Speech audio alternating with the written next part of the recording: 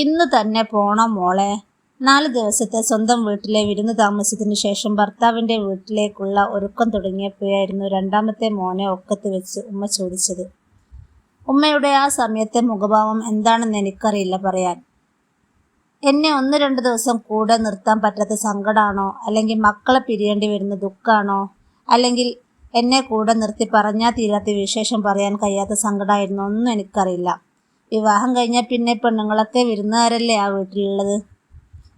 പെട്ടെന്ന് മറങ്ങിപ്പോവേണ്ട വിരുന്നുകാരാണ് നമ്മൾ. ഞാൻ ഇങ്ങ് വേഗം വരൂലമ്മ, മിന്നുവിന് പരീക്ഷ ആയത് കൊണ്ടിട്ടല്ലേ പോകണമെന്ന് പറഞ്ഞ് ഞാൻ ഉമ്മയെ നോക്കിയപ്പോൾ ഉമ്മയുടെ മുഖത്ത് വിരിഞ്ഞത് സങ്കടം നിറഞ്ഞൊരു പുഞ്ചിരിയായിരുന്നു. ഈ ഇവിടെ വന്നിട്ട് എത്ര ദിവസമായി മോളെ നിനക്കറിയോ, ഉമ്മ ചോദിച്ചതും ബാഗിലേക്ക് എടുത്തു വെക്കുന്ന ഡ്രസ്സുകൾ അവിടെ തന്നെ വെച്ച് ഉമ്മയെ നോക്കി ഞാൻ പറഞ്ഞു. എനിക്കറിയാം ഉമ്മ, ഞാൻ നിങ്ങൾ വന്നിട്ട് കുറേ ദിവസമായിക്കണ്. 6 മാസമായി.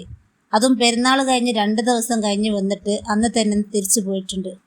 സ്വന്തം കൂടപ്പിറപ്പുകൾ വന്നിട്ടും അവരുടെ കൂടെ നിൽക്കാൻ പോലും കഴിയാതെ ആയിട്ടുണ്ട് എനിക്ക്.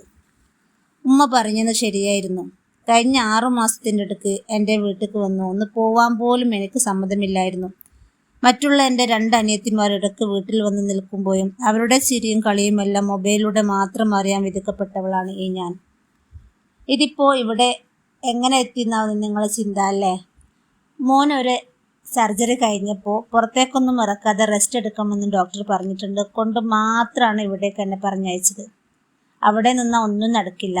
ഇവിടെ നിന്ന് 2 ദിവസം കഴിഞ്ഞപ്പോൾ തന്നെ തിരികെ പോകാനുള്ള വിളി വന്നെങ്കിലും ഡോക്ടർ പറഞ്ഞ് 2 ദിവസം കൂടി നീട്ടി തന്നിട്ടുണ്ട്.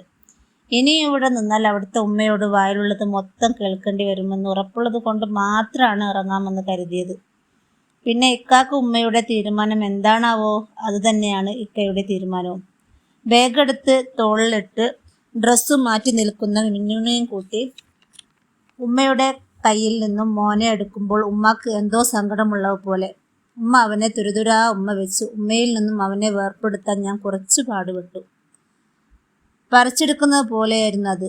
അത്രക്ക് വേദനയോടെയായിരുന്നു ഞാനത് ചെയ്തത്.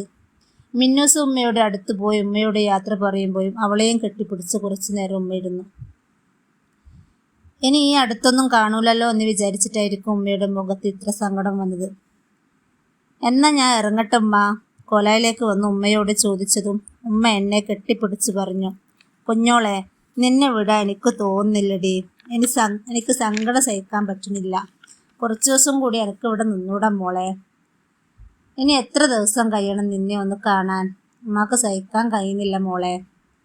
ഉമ്മ അതും പറഞ്ഞ് എന്നെ കെട്ടിപ്പിടിച്ച് കരയാൻ തുടങ്ങി. ഉമ്മ കരയുന്നത് കണ്ടപ്പോൾ എനിക്കും കരച്ചിലടക്കാൻ കഴിഞ്ഞില്ല. ഞാനും മക്കളും കരഞ്ഞു കുറച്ചു നേരം.